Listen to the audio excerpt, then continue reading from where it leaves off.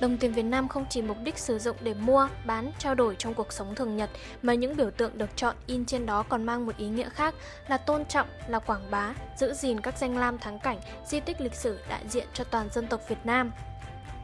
Xin chào mọi người, Gái Bản Chu Du đây. Ngày hôm nay hãy cùng với Gái Bản khám phá tất tật các điểm du lịch nổi tiếng hàng đầu Việt Nam qua các địa danh nổi tiếng in trên đồng tiền Việt Nam nhé. Chùa Tháp Phổ Minh, Hà Nội trên tờ 100 đồng. Mệnh giá 100 đồng rất hiếm gặp trong xã hội ngày nay, nhiều người coi nó là tờ tiền cổ và giữ làm lưu niệm cho sự ra đời của tiền giấy ở Việt Nam.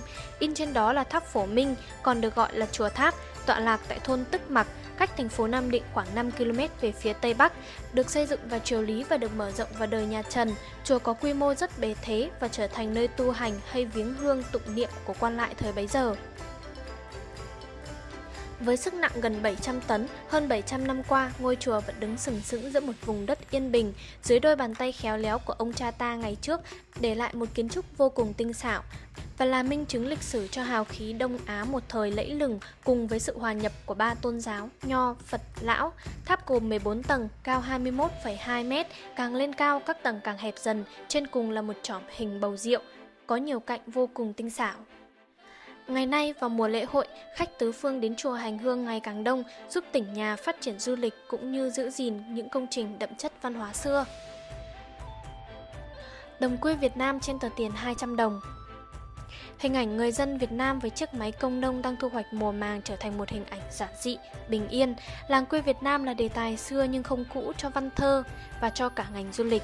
Ai từng coi Tôi Thấy Hoa Vàng Trên Cỏ Xanh sẽ không khó để bắt gặp những hình ảnh mộc mạc nhưng bao la rộng lớn của những cánh đồng thôn quê. Từ Bắc vào Nam, hình ảnh quê hương muôn màu muôn vẻ hiện lên trong phim ảnh, trong vần thơ, trong trang nhạc hay trong flycam xuất hiện không chỉ trong nước mà còn vươn ra xa cả ngoài thế giới. Cảng Hải Phòng trên tờ tiền 500 đồng. Mệnh giá 500 đồng dần dần ít người sử dụng, nhưng trên đó là cả một khu cảng Hải Phòng nhộn nhịp đông đúc, là tượng trưng cho thành phố cảng, thành phố hoa phượng đỏ ngày đêm hối hả. Bên dòng sông Cấm đổ ra biển, cảng Hải Phòng có ý nghĩa nhiều về mặt kinh tế, chính trị hơn là du lịch, nhưng nhờ cảng mà nhiều người trong nước và nước ngoài đều biết đến Hải Phòng nhiều hơn. Vườn quốc gia Jogdon, Đắk Lắk trên tờ tiền 1.000 đồng. Hình ảnh của những người lao động cưỡi voi khai thác gỗ ở Tây Nguyên phần nào giúp chúng ta nghĩ về hình ảnh con voi.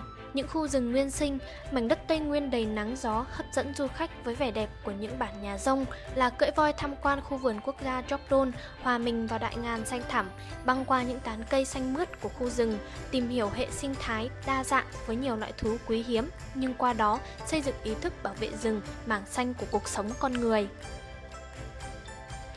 Nhà máy thủy điện Trị An, Đồng Nai trên tờ tiền 5.000 đồng. Nhà máy thủy điện Trị An nằm trên sông Đồng Nai, vinh dự có mặt trên tờ 5.000 đồng. Ngày nay không còn là địa danh dễ đi khó về, thay vào đó là cảnh sắc nên thơ, hữu tình, say đắm lòng người. Dân phượt chọn Trị An để tìm về chốn hùng vĩ bao la ngày một đông. Qua Biên Hòa theo quốc lộ 1 tới ngã ba Trị An rẽ vào thị trấn Trảng Bom. Dọc con đường này vô số nhà thờ hai bên đường, người dân ở đây theo đạo Công giáo chiếm số đông.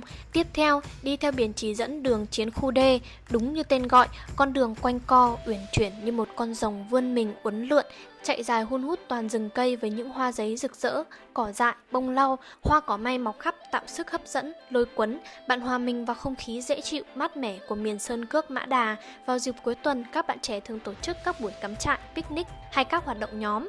Loại hình du lịch câu cá thư giãn nở rộ được ưa chuộng, họ thả mình vào sự tĩnh lặng bên hồ nước không một gợn sóng, thiên nhiên xung quanh đẹp như tranh vẽ. Vào sáng sớm, lúc sương còn giăng kín lối, Trị An ẩn hiện thấp thoáng như nét e thẹn của một cô thiếu nữ. Đây chính là lúc Trị An tuyệt vời nhất. Trị An đóng góp nhiều vào du lịch kết hợp với khu du lịch sinh thái, đảo Ó Đồng Trường và di tích lịch sử Trung ương, Cục miền Nam, tạo thành tam giác du lịch vừa thưởng ngoạn thiên nhiên vừa tìm hiểu văn hóa. Chùa Cầu Hội An trên tờ tiền 20.000 đồng. Ai đi phố hội chùa Cầu, để thương để nhớ để sầu cho ai, để sầu cho khách vãng lai, để thương để nhớ cho ai chịu sầu. Chùa Cầu không chỉ là viên ngọc quý của đất phố hội, nó còn được in trên mệnh giá 20.000 đồng. Nơi đây đã từng là thương cảng sầm uất, thương nhân từ khắp nơi đổ về buôn bán nhộn nhịp, thuyền ra tàu vào ngày đêm. Bên dòng sông Thu Bồn xanh biếc, chùa Cầu với người dân Hội An là linh hồn, là biểu tượng hơn 4 thế kỷ qua. Với lối kiến trúc thượng gia hạ kiều và ý nghĩa quan trọng, chùa Cầu vừa là tinh hoa, vừa là sự giao thương của nước ta với các nước khi thực hiện chính sách mở cửa. Cái tên Lai Viễn Kiều như một lời mời của Chúa Nguyễn Phúc Chu dành cho những người bạn phương xa đến. Nằm trong khu phố cổ Hội An, chùa Cầu tôn thêm vẻ đẹp bình dị, cổ kính. Tìm về phố cổ, hoài niệm về những điều xa xôi, dành thời gian cho riêng mình, chỉ cần đi dọc theo những con phố là đủ. Nghênh Lương Đình Huế trên tờ tiền 50.000 đồng là hình ảnh của Nghênh Lương Đình và Phu Văn Lâu của mảnh đất Huế thơ mộng. Nghênh Lương Đình là nơi nghỉ chân của nhà vua thời Nguyễn nghỉ mát hoặc trước khi xuống thuyền rồng du ngoạn sông Hương. Phu Văn Lâu dùng làm nơi niêm yết những chỉ dụ quan trọng của nhà vua và triều đình hoặc kết quả của các kỳ thi do triều đình tổ chức. Nằm trong quần thể di tích cố đô Huế, cả hai kết hợp với kỳ đài, Hương Giang, Ngự Bình tạo nên vị thế đẹp ngắm nhìn vẻ đẹp của sông Hương đất Huế, nhất là lúc hoàng hôn, bình minh hay những ngày trăng tròn. Văn Miếu Quốc Tử Giám Hà Nội trên tờ tiền 100.000 đồng. Hình ảnh Khuê Văn Các đại diện cho Văn Miếu Quốc Tử Giám nói riêng và còn được lựa chọn làm biểu tượng cho đất thủ đô với lối kiến trúc khá đặc biệt. Đây là một lầu vuông 8 mái, 4 mặt có cửa sổ vuông tròn được ví như gác vẻ đẹp của sao Khuê. Nằm trong khuôn viên của Văn Miếu Quốc Tử Giám, được xây dựng gần cả thiên niên kỷ, đại diện cho tinh thần hiếu học trường tồn của cả dân tộc. Ngày nay các đoàn tham quan đến đây rất nhiều, đặc biệt là các đoàn học sinh, sinh viên tìm hiểu về nền giáo dục Việt Nam, nghĩa cử uống nước nhớ nguồn. Vịnh Hạ Long trên tờ tiền 200.000 đồng. Từ xưa, Hạ Long được Nguyễn Trãi ví như kỳ quan đất dựng giữa trời cao. Qua hàng trăm triệu năm kiến tạo, quá trình nâng lên hạ xuống của địa hình đã giúp Hạ Long mang vẻ đẹp hoàn mỹ như ngày hôm nay. Địa danh duy nhất được 2 lần tôn vinh là di sản thiên nhiên thế giới. Hạ Long góp mặt vào bản đồ du lịch thế giới với hệ thống hang động, hòn đảo sống động, kỳ vĩ. Những nhà nghiên cứu đến đây tìm hiểu về quá trình kiến tạo, về cái nôi cư trú của người Việt cổ và chiêm ngưỡng vẻ đẹp của tạo hóa ban cho. Ngoài ra, Hạ Long còn tập trung đa dạng sinh học, sinh thái biển với hàng nghìn động thực vật phong phú. Một lần đến với Hạ Long, du khách nhận những cơn gió từ biển mát lạnh, mặt biển xanh có thể nhìn tới những thảm thực vật dưới lòng của đại dương. Quê Bác Hồ ở Nghệ An trên tờ tiền 500.000 đồng. Với mệnh giá lớn nhất, nhà tranh Bác Hồ với nét đẹp bình dị và kiến trúc nhà điển hình của làng quê Việt Nam được khắc họa chân thật mà sống động. Ngôi nhà thuộc làng Sen, huyện Nam Đàn, tỉnh Nghệ An, cách thành phố Vinh khoảng 15 km. Hàng rào râm bụt vào mùa nở đỏ rực tạo nên một nét thơ mộng rất riêng, hàng cau dẫn vào cái sân nhỏ. Căn nhà 5 gian được lợp bằng tranh vẫn giữ y nguyên vẻ mộc mạc như chính con người Bác.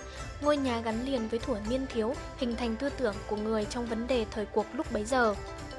Nếu có cuộc hành trình ra đất Bắc, hãy dành cho mình nửa ngày để về thăm quê hương Bác, cảm nhận hương sen thơm, ngắm lũy tre làng, hình ảnh ao làng gợi nhớ về một Việt Nam đậm đà bản sắc.